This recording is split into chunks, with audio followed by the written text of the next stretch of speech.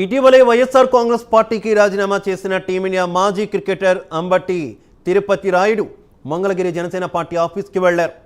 జనసేన అధినేత పవన్ కళ్యాణ్తో అంబటి రాయుడు భేటీ అయ్యారు. ఇరువురి మధ్య చర్చలు జరుగుతున్నాయని జనసేన వర్గాలు తెలిపాయి. పవన్ కళ్యాణ్ను అంబటి రాయుడు మర్యాదపూర్వకంగా కలిశారా లేదంటే జనసేనలో చేరతున్నారా అన్న కోణంలో సర్వత్రా ఉత్కంఠ నెలకొంది.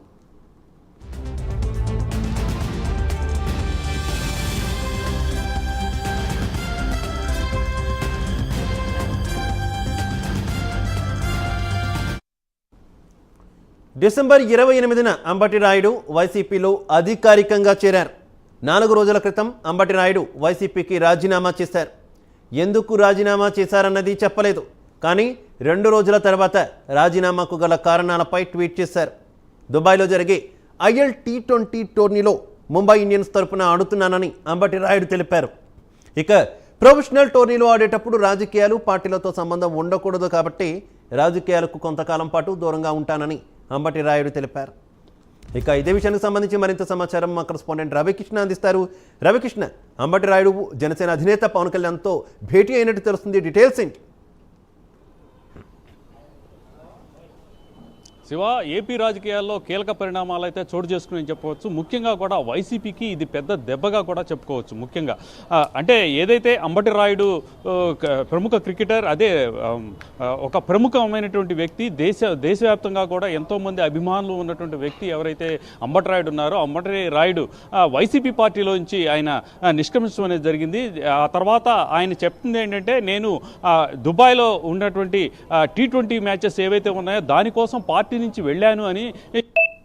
అయితే ఈ రోజు కనుక మనం చూసినట్టయితే మాత్రం ఆయన జనసేన పార్టీ ఏదైతే మంగళగిరిలో ఉన్నటువంటి Janasena party office, state party office ఏదైతే ఉందో అక్కడ ఆయన ఉన్నట్లుగా కూడా మనకి తెలుస్తున్న పరిస్థితి అయితే కనపడుతుంది. అదేవిధంగా కూడా పవన్ కళ్యాణ్తో ఆయన కలిశారు. పవన్ కళ్యాణ్తో కలిసి ఆయనతో చర్చిస్తున్నట్లు కూడా తెలుస్తుంది.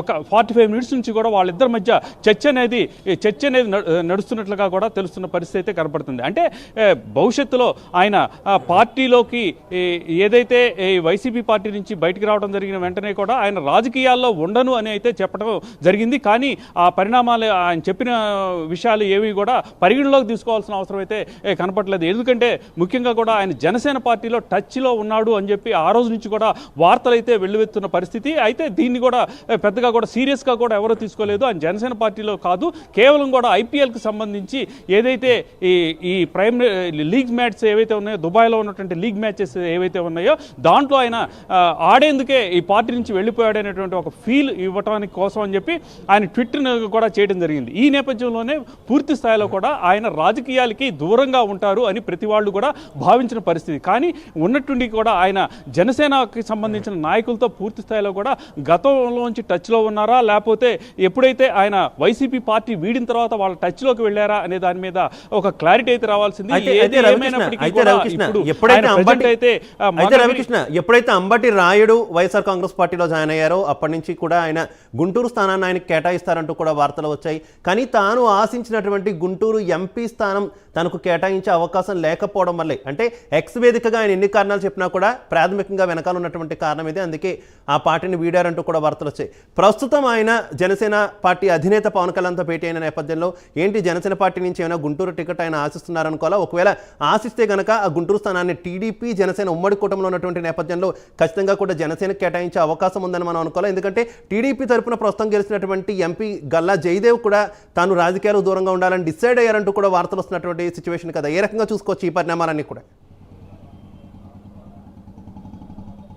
అంటే యాక్చువల్గా చెప్పాలంటే ఆయన ఒక పొలిటికల్ గేమ్ కోసం అనే పార్టీలోకి రాలేదు, ప్రజలకు సేవ చేద్దామనే ఉద్దేశంతోనే ఆయన పార్టీలోకి రావడం, వైసీపీ పార్టీ కానీ రాజకీయ పార్టీలోకి రావడం జరిగింది. ముఖ్యంగా ఆయన వచ్చేటప్పుడు కూడా చెప్పింది ఏంటంటే, తను ఏదైతే గుంటూరు జిల్లా అనేటప్పటికీ ఆయన స్వగ్రామం అక్కడ పొన్నూరుకి సంబంధించి, పొన్నూరు మండలంలో ఉంటే వెల్లలూరు గ్రామానికి సంబంధించి ఆయన వెల్లలూరు అనేది గుంటూరు జిల్లాలోనే ఉంటుంది. అదే కాకుండా కూడా ఆయన వాళ్ళ అమ్మమ్మ కానీ వాళ్ళది కానీ ఫిరంగిపురం, వీళ్ళకి సంబంధించి మొత్తం కూడా తాను పూర్తి స్థాయిలో కూడా గుంటూరు జిల్లాకి సంబంధించినటువంటి బౌండెడ్లో ఉన్నటువంటి పరిస్థితుల్లో తాను తప్పకుండా కూడా తనని ఆదరించి తనని ఇంత వాడిని చేసినటువంటి ఏదైతే గుంటూరు జిల్లా ఉందో గుంటూరు జిల్లా మీద ఆయనకి ఎప్పటి నుంచో మమకారం అనేది ఉంది. దానికి నేపథ్యంలోనే ఆయన గుంటూరు జిల్లాకు ప్రత్యేకించి కూడా గుంటూరు పార్లమెంట్కి ఆయన పోటీ చేసేందుకు ప్రజలకు సేవ చేసేందుకు పార్టీలోకి రావడం అనేది ఏదో ఒక రాజకీయ పార్టీలోకి రావడం అనేది జరిగింది. ఈ నేపథ్యంలోనే అనేక పార్టీలు కూడా ఆయన్ని ముఖ్యంగా ఇక్కడనే కాదు ఆయన హైదరాబాద్కు సంబంధించి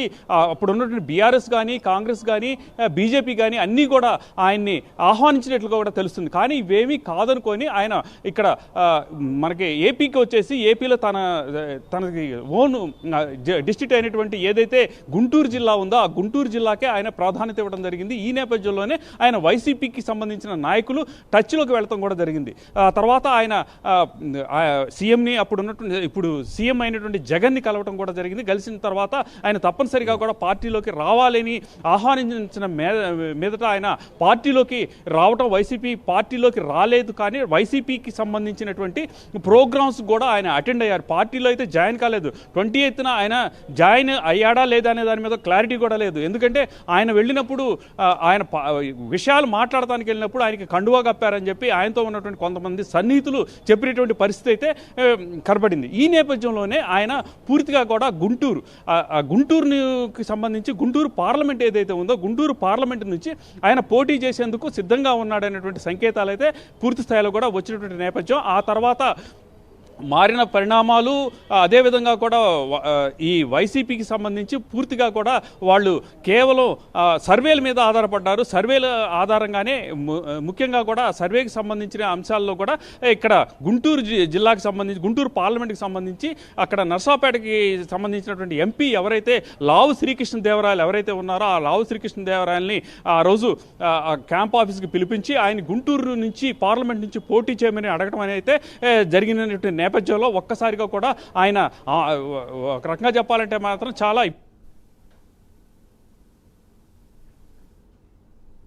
ఈ పార్టీకి సంబంధించి ఎంపీ అభ్యర్థిని మారుస్తావు, నీకు వేరే చోట ఇస్తావు అని కనీసం ముందుగా చెప్పకుండా ఉన్నట్టుండి ఆ వ్యక్తిని పిలిపించి ఆయనకి కన్ఫర్మ్ చేయాలి, ఆయన్ని రావాలి అనుకోవడంతో వెంటనే కూడా పార్టీలో ఉండటం ఈ రాజకీయాలు తనకు సరిపడవు ఉద్దేశంతోనే వెంటనే కూడా ట్వీట్ జరిగింది. ఇప్పుడు మనం గనక ఇక్కడ గుంటూరు పార్లమెంట్కి సంబంధించినటువంటి విషయాన్ని కనుక చూసుకున్నట్టయితే మాత్రం గుంటూరు పార్లమెంట్కి సంబంధించి ప్రెసిడెంట్ గల్లా జయదేవ్ టీడీపీ పార్టీకి సంబంధించి గల్లా జయదేవ్ ఇన్యాక్టివ్గానే ఉన్నాడు. ఆయన పార్టీలో ఉన్నాడో లేదో కూడా పార్టీ తెలియనటువంటి పరిస్థితి.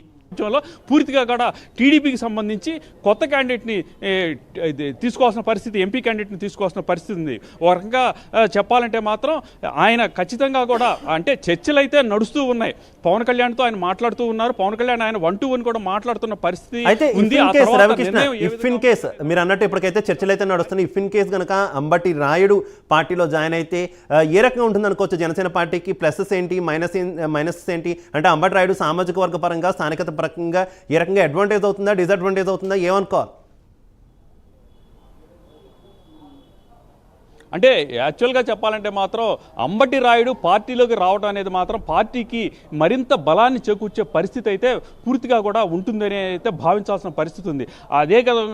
అదే కాకుండా కూడా ఆయన ఎంపీగా గుంటూరు నుంచి ఎంపీగా పోటీ చేసినట్టయితే స్థానికత అనేది కూడా చాలా ఇంపాక్ట్ చూపిస్తూ ఉంటుంది. ఆయనకి సంబంధించి ఏవైతే ఎలక్షన్స్కి సంబంధించి పూర్తి ఇంపాక్ట్ అనేది ఉంటుంది. అలాగే కాపు సామాజిక వర్గానికి సంబంధించి పూర్తిగా కూడా హోల్డ్ అయ్యే పరిస్థితి అయితే కనపడుతుంది. అలాగే ప్రజెంట్ టీడీపీకి సంబంధించి అది మనం పార్లమెంట్ కనుక చూసుకున్నట్లయితే మాత్రం గుంటూరు పార్లమెంట్ కనుక చూసుకున్నట్లయితే మొత్తానికి ఈ పార్లమెంట్ ఏదైతే ఉందో గుంటూరు పార్లమెంట్కి సంబంధించి చూసుకున్నట్టయితే మాత్రం ఎప్పుడు కూడా టీడీపీకి సంబంధించిన అభ్యర్థి ఇక్కడ నుంచి గెలవటం అనేది జరుగుతుంది, విజయం సాధించే పరిస్థితి అయితే ఉంది. ఈ నేపథ్యంలోనే ఆయన కనుక గుంటూరు నుంచి కనుక పోటీ చేసినట్లయితే మాత్రం ఎంపీ అభ్యర్థిగా ఖచ్చితంగా కూడా ఆయన గెలుస్తాడు అనేటువంటి ఖచ్చితంగా గెలుస్తాడని అయితే మాత్రం అందరూ కూడా భావిస్తున్న పరిస్థితి. ఇది పొలిటికల్ సర్కిల్స్లో అయితే ఇప్పటికే ట్రెండ్ అవుతుంది. ఆయన్ని జనసేన అభ్యర్థిగా ఎంపీకి జనసేన పార్టీ నుంచి ఆయన ఎంపీ అభ్యర్థి గుంటూరు నుంచి పోటీ ఖచ్చితంగా గెలిచే అవకాశం ఉంది. ఇది పార్టీకి జనసేన పార్టీకి మాత్రం మరింత బలాన్ని పుషప్ని ఇచ్చేటువంటి అవకాశం అయితే ఉంటుంది. Shiva okay Ravikrishna, thank you.